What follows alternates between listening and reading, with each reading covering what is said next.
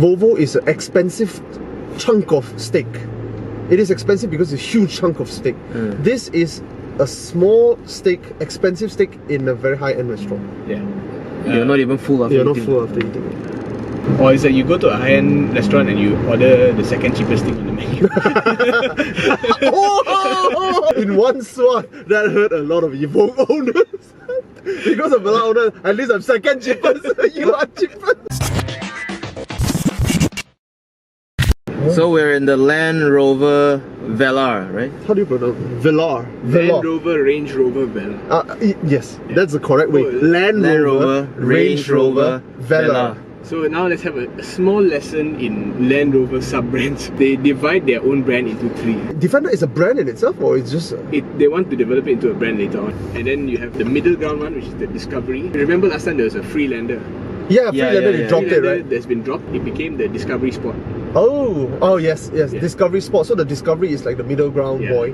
The Discovery Sport is the baby. Then you go into Range Rover. Yeah. Under Range Rover, you have the 4. So Evoque is the smallest one. The smallest one, which is for entry basically level, super rich soccer moms. And then you have this one, which is older, super rich soccer mom. Yeah. So after that, you get the Range Rover Sport. So Range which Rover is for proper Premier League wife.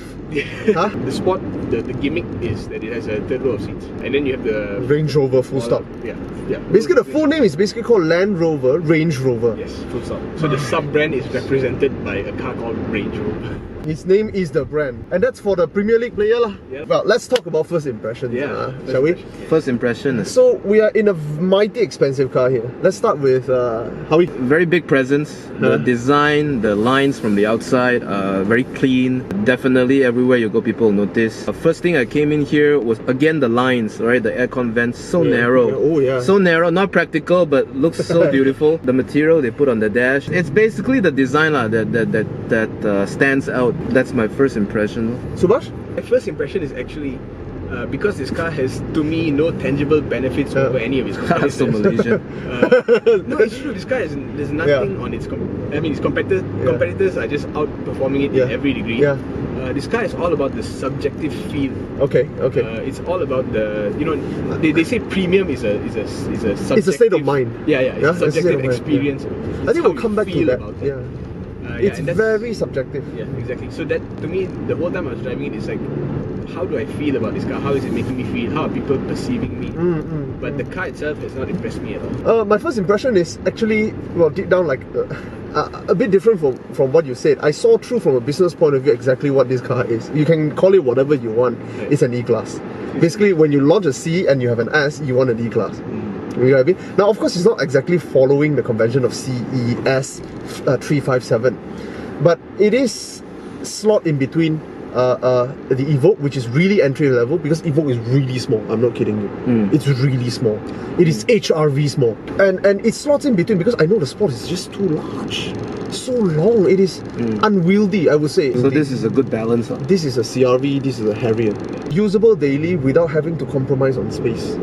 Okay. So this is like the 5 Series in that sense where Sport is it's like a full-fledged thing, you know. I disagree with both of you in relation to the looks. Actually, I don't find it that attractive. Not because it's not an attractive car, because I've seen his sister and his elder sister and his younger sister, and they look exactly the same.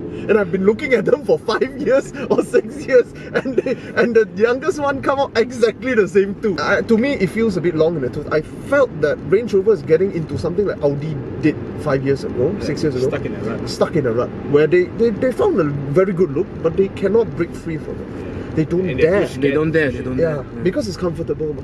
So to me, that is a failure in a way, because Velar is supposed to be stylistic, gorgeous, but yet you are not daring in breaking free. But this is us talking. The mass market loves this car. The mass market thinks this is the dream.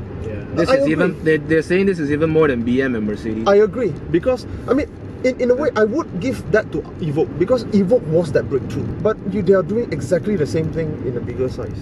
So to me, in terms of effort, that is I know. not commendable. You park it very far at a certain corner, I can't tell the difference between Evoque and this one. This is like a Hollywood movie, like the Avengers. You've seen the formula before, you know? Let's talk about performance. This is a 2-litre engine. What Ingenium engine? Ingenium. Basically, the Germans took all their inline 6s, their V6s and Guang, and replaced them with inline 4 direct injection turbos. they did the same thing with this. Okay. So now a 2-litre powers most of the range. I see. So they are like 3-4 years behind the Germans now. Yeah, and without the scale. 365 Newton meter, 250 horsepower, correct? Yeah. This is basically 2-litre pushed to the safe limit.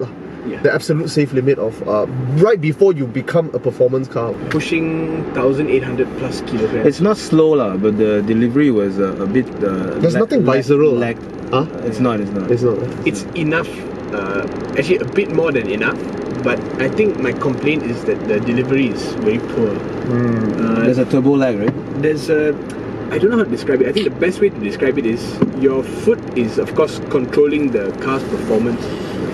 But the car's performance seems to be very independent of any intuition whatsoever. In short, it's doing its own thing, not exactly responding to your input. Some of our viewers knows exactly what we're talking about. Some of them, they're not very into cars. Yeah. The differences actually, if you're not paying attention, it is not there. When you step on the accelerator, of course, it gives you a lot of power, and that's what Mercedes-Benz does as well. All cars does that. BMW maybe they deliver it in a slower fashion, in a more progressive fashion. But when you let go, that's what matters. Now, when you let go in this car, the gear is still engaged and it's still pushing forward. You realize that or not? It's still pushing forward. And I'm braking while the car is accelerating. You see what I'm saying? That's a thorough disconnect. This is what is missing in not just this car, it's missing in the Evoque, it's also missing in all Jaguars. But before BMW came along with all that, right? Yeah. I think all these comfort cruisers were meant to be comfortable, right? Now we are saying that the comfort cruisers need to have a but the expectation sporty. But the expectation now is that. Yeah, correct. Now the market expectation is. It's not just that. I mean, it also goes into the car, the way they present itself. The car is totally uncomfortable. At least Mercedes-Benz has a semblance of comfort. Anything E-Class and above. Yeah. But this car is not comfortable. Is this more comfortable than CR-V? I dare to tell you CR-V is more comfortable. In a sense, this is unrefined. In a generic sense. Yeah. To make it very simple, poor tuning. Poor tuning. But poor tuning can be like the Veloster one. Veloster is mistake. Let's go. This is I would call it a C lah. Veloster is a fail. I see. This is a C. Yeah, I can't give it more than 2.5. Yeah, I would say 2.5. You? Wasn't lacking. It wasn't lacking, slow. yeah. But then, like you say, it doesn't it doesn't shock you. Like it's not crazy fast lah. So I think it does its job as a model that fits between the Evoque and the Range Rover. Yeah, if you're a Land Rover fan and your eyes are fixed on this should not be a big issue for you. It's not a big issue. It's not. The looks is way more than its class lah. Yeah. Which gives you a false expectation of refinement that is not there. Yes. Well, performance, I have to say I'm not very impressed. Okay, so Design. Design, I would say 9.5 out of 10 for 2018. It has all the. I mean, I'm not a designer, but it's very in. It's very trendy. I mean, if you come from a design school, I think if you are a lecturer or professor from a design school, you see the points that you're trying to make. And then this is like a good student or even like an industry trendsetter. Choice of material. I mean, the dash. Look at the texture. Exciting, huh? This is the first time I see this. Yeah. And then the aspect ratio of the touchscreen, right? Yeah. Right? Double touch screen. It's hard to make a brand transcend above its competitors, but I think because of the design, it does. When I started taking pictures of it and I noticed how good it looked in the video, I was blown away. I was like, oh, It's very photogenic. it's so photogenic. It's like, you know how the new Peugeots look?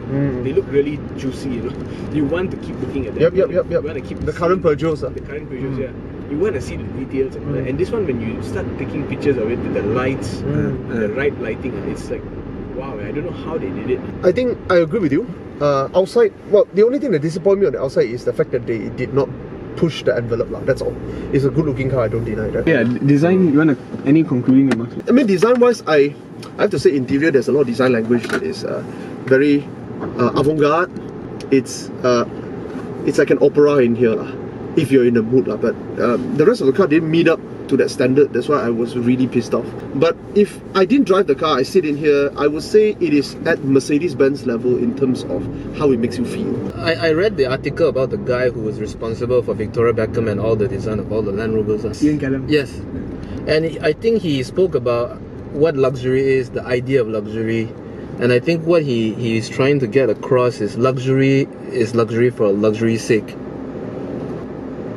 They're not looking for value. They're not looking for what they give you, quality of materials. I don't agree with them. I don't disagree with them.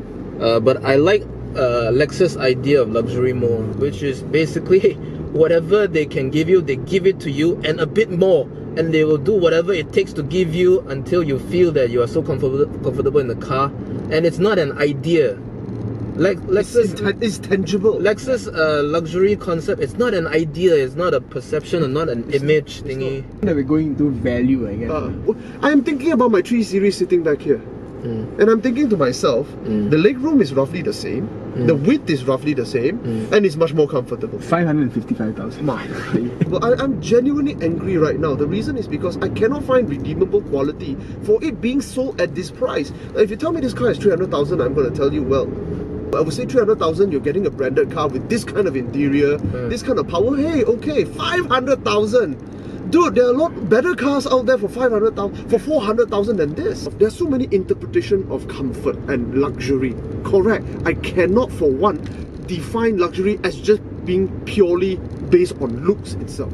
I don't think you can genuinely carry the concept of luxury just because I look special. I understand the appeal of a Range Rover. I want one myself.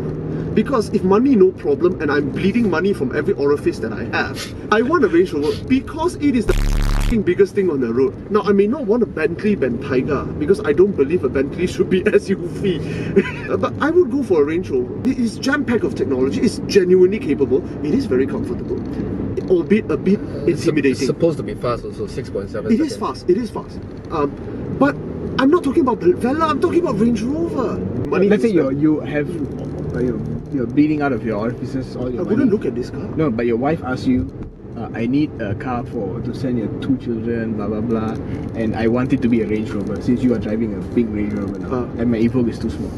That's very specific because you're gunning for this car. That's why people are buying this car. We have to be a bit serious here. Price wise is unjustifiable. 500,000. Because I can think of so many other vehicles to offer my wife. A Cayenne. Okay, too big, never mind, Macan. Boils down to this. In value, the only reason to buy this car is if you want it and you don't care about what you're getting. You just want a Range Rover. There is no reason to get a Velar. You're either a Jaguar fanboy, an Anglophile, or Puan Sri Tan Sri, or all those people. No, seriously, save the money, go and get a CRV. This car is all about being in the circle of people of affluence, and you have a lot of peer pressure. It's an idea. Your boss is driving it, your wife wants one, you have to drive it because your clients will look up to you if you drive this brand. Those are the people that will go out and buy this car. Or you won't buy this car because it drives well, because it's absolute value or great engineering. But I don't think you spend 500,000 on design alone, right? I cannot find a justifiable reason to spend this kind of money on this car. The car itself is not bad, but not impressive. As a car itself, I give it a 3 out of 5. It's good looking, it drives okay, relatively powerful, exotic on the inside. Yeah, what I expect from a premium mark. But seriously, 500,000 ain't gonna fly. But you know, Maserati wants to follow the footsteps of Porsche. But actually, there is one company that did it already, and that's Range Rover. See, both companies, Porsche and Range Rover, are originally specialists in something else. Range Rover is a specialist in off-roader, and Porsche is a specialist in sports car. And they expanded into the mass market by going way above Mercedes-Benz, suddenly, very quickly, and take over the market. So in that sense, they are opposite of the same coin.